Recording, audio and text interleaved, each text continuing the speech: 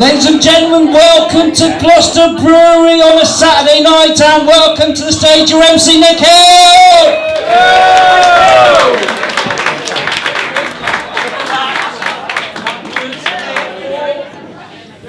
Hello.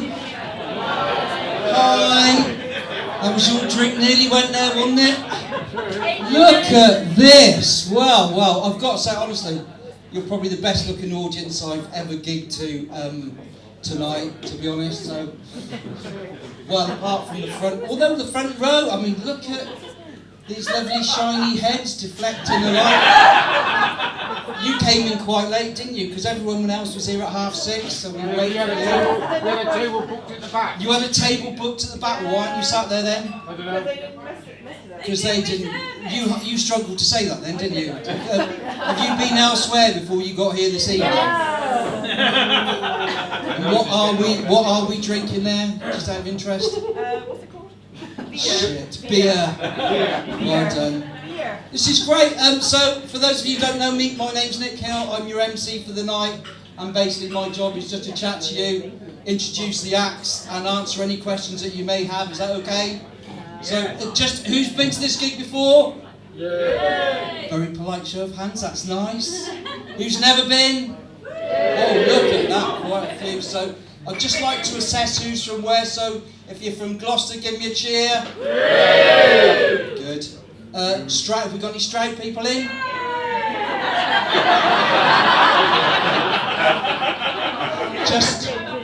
Is it just the one? You've done well, haven't you, to find your way to a proper city?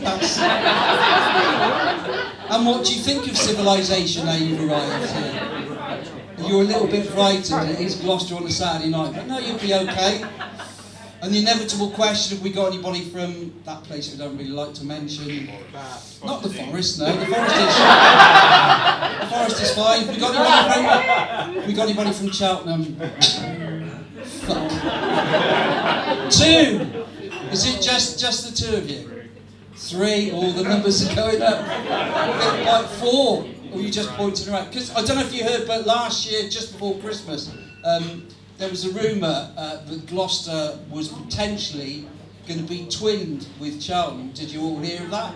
And the aim was to potentially create this mega city so we could compete for things like possibly the Olympics, who knows what. And BBC Radio Gloucester went out into King Square to ask some people there, what do you think of Gloucester being twinned with Cheltenham? And the response they got was, well, I think that's quite a good idea, because they could bring some really nice shops in instead of all these pound shops and stuff we've got.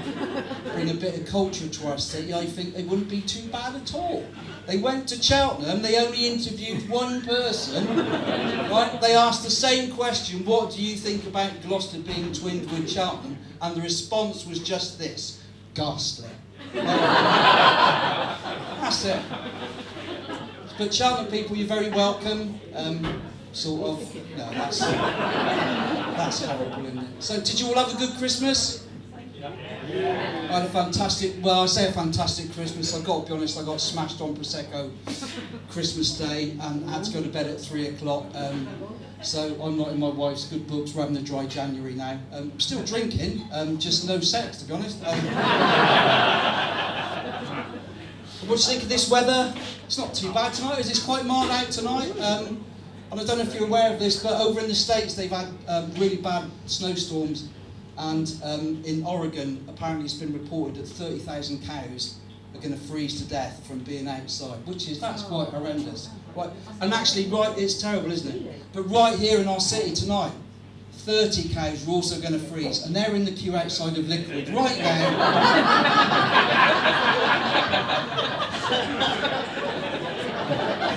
As we speak. Is that a bit politically incorrect? No. Still, they've probably got enough fat on them to keep them warm, haven't they? Ow! Did you see how? You know it's true. It's true. I'm quite pleased we've managed to get to the second week in January, and not many celebrities have died, because last year was just awful, wasn't it? It was all the people that died. And it's just been announced today that they've found what happened to George Michael, and apparently it was the result of a sex game with a chocolate bar that went wrong. Yeah, he died from a careless whisper. Okay, I didn't know whether to do that, but you can have that. No, not good. Do I look like I care? Not really. So the only death we've had so far is Peter Sardet, and those of us of a certain age, probably 50 plus, will remember him from, was it the 70s? Probably, yeah, Where'd You Go to My Lovely? And I've been looking on the internet, and there's a website you can visit called Death List, right, which is awful, and it predicts those celebrities that are likely to die in 2017. Have a look when you get home, and basically all it is just a list of old fuckers, really. There's people, the Duke of Edinburgh's on there, he's 93, more than likely will go this year. Dame Vera Lynn, who's 100, she's predicted to go. But the one that upset me most of all, John Noakes is on there. So 83, poor old Johnny's going to go and join Patch in the Sky, and that's quite upsetting. I was just pleased that my name on there. Shep! Who's Patch? Where the hell do I get Patch from? See, that's what happens when you get old, isn't it? You start... Yeah, memory does go wrong. Right, who the hell is Patch? Anybody know Patch, the Blue Peter anonymous dog, clearly is? Peter Purvis's dog. Peter Purvis's. Thank you. It is Pet. Oh, fuck me, we're having a debate about it. She's just going to turn into a debate about it. It was. You're very vociferous about that. Oh, it was Petra. I used to have my eye on her. Is that and talking of Peter Purvis, one of the things about getting old, because I'm 59, I think, this year, and I'm now allowed, right, there's a competition for old stand-ups called Silver Stand-Up, and I'm entering it in February, and it's great. They sent me this list through, and basically you've got to be over 55 to qualify for it, which is fantastic, so I've entered it. And I can't work out whether on the information they've sent me through, whether they're being patronising or considerate, because on some of the information it says, please note, the final will be held between 6 p.m. and 7 p.m. Right, now I can't work out if they think we're not going to stay awake past 7 o'clock, or it's a clever ploy just so that we can get to listen to the Archers. I'm not sure. But they've also said on there, please be aware the venue for the heats and finals is up 2 flights of stairs. And there's steps leading into the building. Right now, I've done my research, there's 64.9 million people in the UK, 10 million people suffer from arthritis, 700,000 suffered from rheumatoid arthritis, that's 1 in 6. There's 20 acts, so at least 3 of those fuckers aren't even going to make it into the venue. So I reckon I'm in with a chance. And you talk to Peter Purvis, I had a look, oh, what's happened there? Somebody's flicked the lights off over one of the acts has turned the light. Are you guys all right in the dark there till they work out how to turn them back on? Oh look, they turned all of them off now. Just turned into a disco. One of the acts, they sent through the list of acts, and I'm actually up to follow Peter Purvis, right? Now, I googled it, I thought, wouldn't that be fantastic if it was the Peter Purvis, but it's not, it's a different Peter Purvis. And this guy is, in his day job, he's something to do, well done, that's great. He's something to do with the law, and he's like an analyst to the Queen's Council. But in a part-time job, he's also, it's called a psychodynamic counsellor. And basically, he gives advice to other comedians on how good and how bad they are. Now, I've got one of those, right, but she's not fucking here tonight. The reason she's not here is, to be honest, well, we've been married 19 years, and you know what it's like, you get to 19 years, and things happen, you get a bit irritable, you know, I mean, things irritate me about her, like breathing, but she's one of these women, and because I'm quite little, so in my car I sometimes struggle to see out, so I will ask her for advice. Is it, and please guys, I hope this is other people, it's not just my wife, is it safe to go? Yes. We're halfway across. And then she follows up with, if you're quick. Right? Is that a woman thing? Yeah. Do you do that? Right? I'll be quick. Yeah. She didn't see the funny side when Eddie Stobart lorry smashed into us. There we go. We have been married 19 years now, and she said, you know what? The romance has gone out of our relationship a little bit. I said, has it? She said, yeah. So we should rekindle it. I said, well, what have you got in mind? She said, well, maybe when we're making love, it'd be nice if we had some candles. Yeah, okay, fair enough. And maybe if we had some music playing, that would be quite nice. So I thought, well, she's got a fair point. So a couple of days ago, I chose some music, and we were just about to get down to it, and the first song came on was Angels by Robbie Williams, which I thought was okay, that was acceptable. Apparently, my choice of song number 2 was wrong, the theme from Match of the Day. But shit happens. One of the things about getting old is they say you can't teach an old dog new tricks, right? And I disagree. I work in recruitment for my day job and come into contact with a lot of people from the EU. We've got Polish people, Romanians, Czechs, all sorts working for us. And sometimes we have to speak to them on the phone. It's quite difficult to understand. And one of my colleagues was having a conversation with a Czech guy, and she couldn't get through to him. I said, look, give me the phone, I'll speak to him. She said, well, how are you going to speak to him? You don't speak Czech. I said, yeah, but there's Google Translate. She said, that will never work. That's a waste of time. So I said, right, okay. I think it will. So I got onto Google Translate, and this is what I asked him. Můžete pracovat, which means, can you work today? Was vezme do domu, which means, I will pick you up from your house. Rushme vidni, I'll be around in 15 minutes. Right? I was pretty pleased with that. Put the phone down, the girls were laughing at me. He won't be there. I said he will. I went round, 15 minutes later, there he was, waiting for me, dressed as a Mexican bandit. That joke fell completely flat, didn't it, really? I did that. What do you think? You didn't like that? No. I love that. Right, so the joke is, he completely misinterpreted what I'd said. Yeah? No? Okay, fucking suit yourself, I know.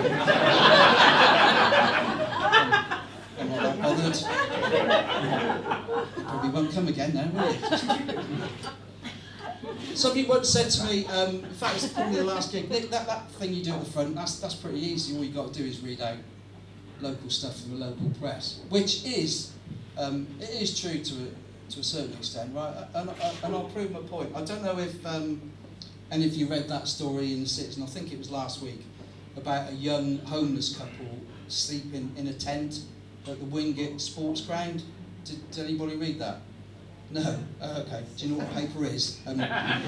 Should make it slightly easier. Well, apparently there's this homeless couple, right, they're about 24, 25, and they've been just living in a tent at the Wingate sports ground. And our lovely paper, The Citizen, and I don't know if we've got any representatives in from The Citizen tonight. No one's going to admit that, are they? Not now. They published some letters that have been printed, and I've got them here for you, and I think this just shows what a caring, humane community we live in. Stroud, you'll appreciate that. You probably live in a tent. That's not true, is it? Whereabouts in Stroud you come from? Oh, that is quite rough, isn't it, as well? You're in the bit before you lying git. So this was some of the letters. There was just 3 letters. The first one was by Jordan Ellis, who I thought this was really lovely. I've got a room they can stay in. It will invalidate my tenancy, but at least they'll be warm and I'll be able to sleep at night. That's lovely, isn't it? I thought, Jordan, fair play to you. Tim Cook, slightly less sympathetic. Well, they got a tent, so that should keep them warm enough. It's a tent, Tim. Right, but my favourite, I'm delighted the Citizen printed this because it shows what a bunch of bastards they really are. This was from Rob Birch, and I don't know if Rob's in tonight, hopefully not. Well, they're probably breeding to keep warm. Worst case scenario, if one dies, they can eat each other. Yeah. Dursley. Did you say Dursley?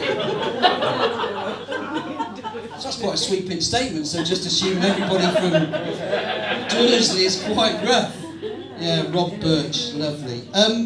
Right, so listen, now we've got you warmed up hopefully. The format of the night is we're going to have your first act on, then we'll have an interval for which you can get to the bar and attempt to go to the loo.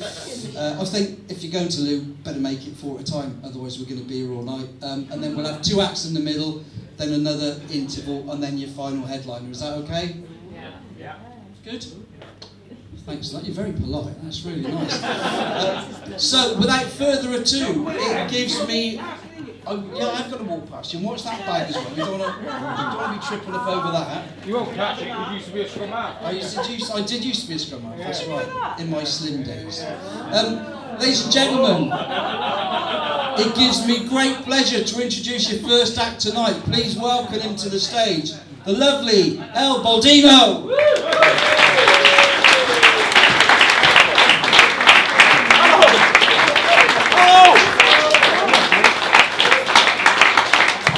Hello, beautiful people over this side. Hooray! Hello, beautiful people in the middle. Hooray!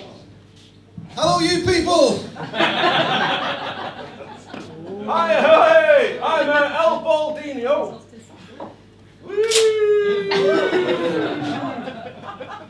Magic and mind reading, huh?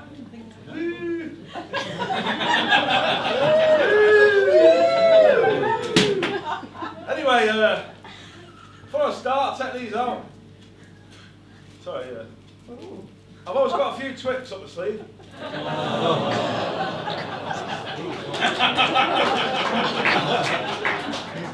You like that? So, do you want to see some magic? Yeah! This is an amazing trick, ladies and gentlemen, an amazing trick. This is a normal cup. You can buy it in any normal magic shop. Ladies and gentlemen, hILL Baldino's. It's a mic on. No. Switch on the top. Hello.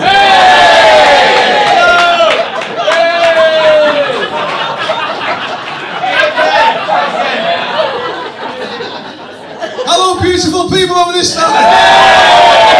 Hello, beautiful people. Hello, you. That was great, wasn't it? I'm a mime act. Anyway, the floating cup trick. Gentlemen, 2 gentlemen there, 1 cup, yeah? 2 girls, 1 cup. Don't Google it. Right, okay, here we go. hILL Baldino's amazing floating cup trick. Ladies and gentlemen, thank you very much.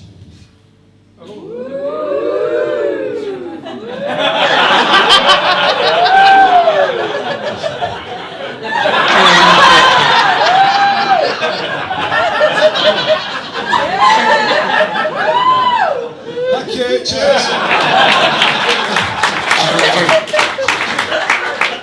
Sorry. Can you do it low down? Sorry? Can you do it low down? What? I'm not supposed to reveal my secrets. But my Auntie Irene is actually my real mum.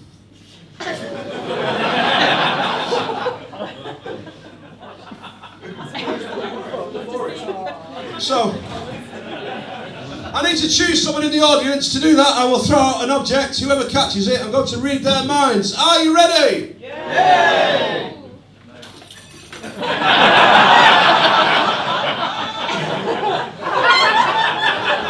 Let's have a countdown. 5, 4. Tell you what, right, listen.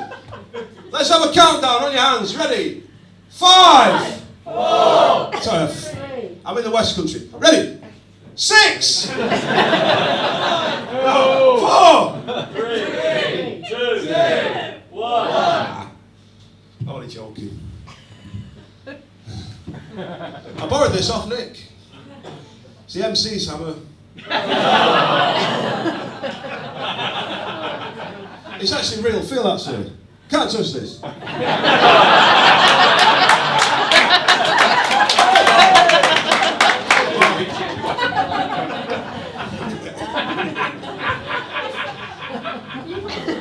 Yeah. He feels a tool now, don't he? A great big one.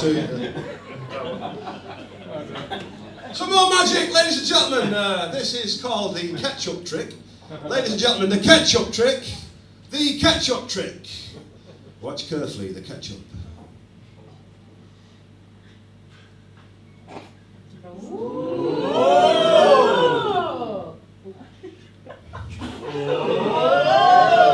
Thank you. Cheers. So a bit of sorcery there.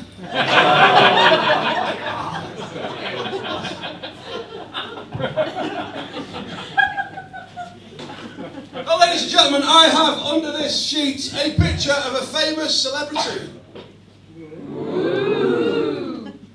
What I'm going to do is choose someone in the audience. They will name a celebrity. Whoever they name, the picture of that celebrity will appear full size under the sheet. Any celebrity you pick. Okay, let's choose someone in the audience. How about that attractive lady there? Attractive lady, what's your name? Sarah. Not you, the attractive lady.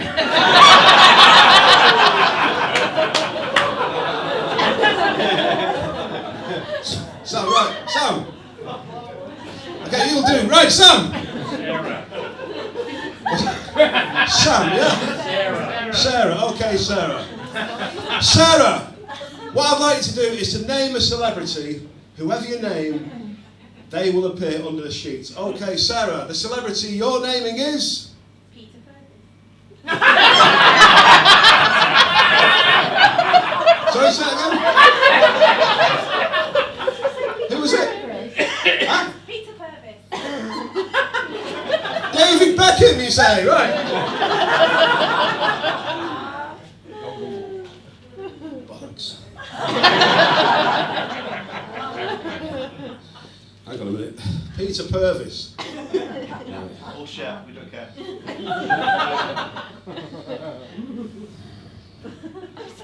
A, B, C, D, E, F. Peter Cook. Jimmy no, that's That is amazing, that, Sarah. Sarah, listen. You said Peter Purvis, okay? Now, what's the chances of this picture? No.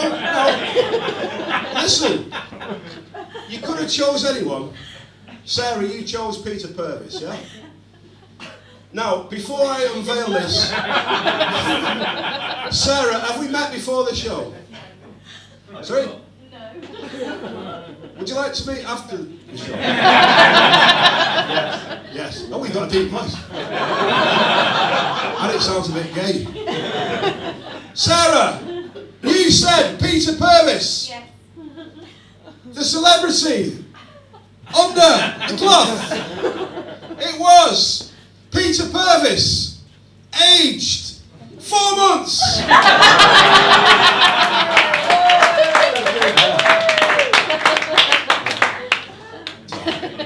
I'll get these back to you, Nick.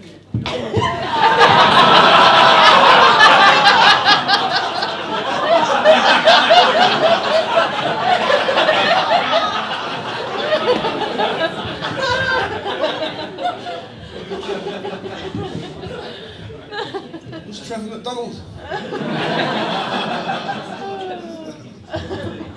Anyway, so I've had a bad week. I resigned from the Magic Circle. I was disillusioned.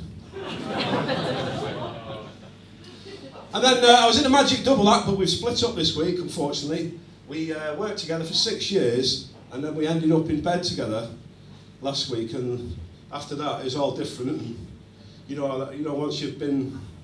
Anyway, we've split up now. So he won't come out of his hutch.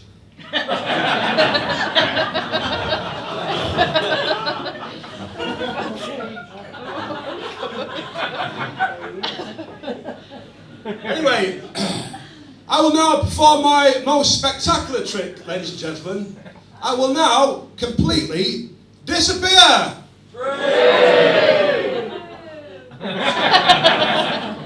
No, I will disappear. Ready? Yo, yo, yo, Blackpool Pier. What a load of rubbish.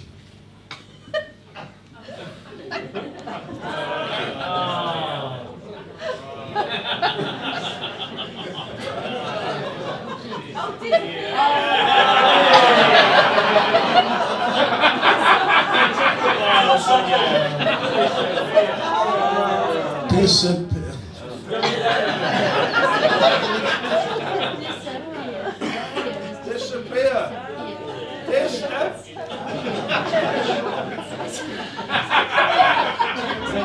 Who's got that? Anyway, here's a trick I've never performed it before. I'm going to perform it tonight for the first time. This is called classical music. Hello, and thank you for purchasing this amazing magic trick. Your first in a series of amazing tricks in 10 steps from the Magic Trick of the Month Club. This month's trick is the Vanishing Bandana. The number one rule in magic is to never tell how a trick is done. So before we begin, we must take the magician's oath. Now raise your right hand. No, your other right hand. And repeat after me. I promise to never ever tell the secret of the magic trick. I also promise to never ever repeat what other people tell me to say. Let's get started. For this mystery, we've packed all you need in the box. Step 1. Dump the entire contents of the box onto your table. You'll find a square of fabric and a yellow bandana. We'll start with the yellow bandana. Please pay attention. Step 2. Pick up the yellow bandana and fold it in half. That's right, I said fold it in half. Step 3. Fold the bandana one more time. Step 4. Take the folded bandana and hide it in your left hand. Remember to keep your hand in a natural position.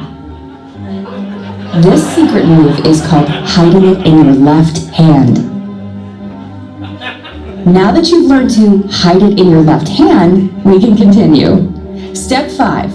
Unfold the bandana and wave it up and down to prove to your audience that it's a real bandana. If anyone from the audience does not believe it to be a real bandana, offer to drape it over their head. Step 6. Pick up the square of cloth and gather the four corners to form a makeshift bag. Step 7. Use your free hand to fold the bandana along the creases you made earlier. Drop the bandana into the makeshift bag. Step 8. From the outside of the bag, squeeze the bandana into a small little ball. What the audience doesn't know is that you didn't really drop it into the bag. You actually have it hidden in your left hand. Remember hiding it in your left hand that you learned before? Remember to keep your left hand held naturally. Step 9. Make a magical gesture over the bag. Fling open the cloth to show that the bandana has vanished. Step 10. Take a bow. You should now receive a well-deserved round of applause. If you don't think the trick went well, you probably missed something.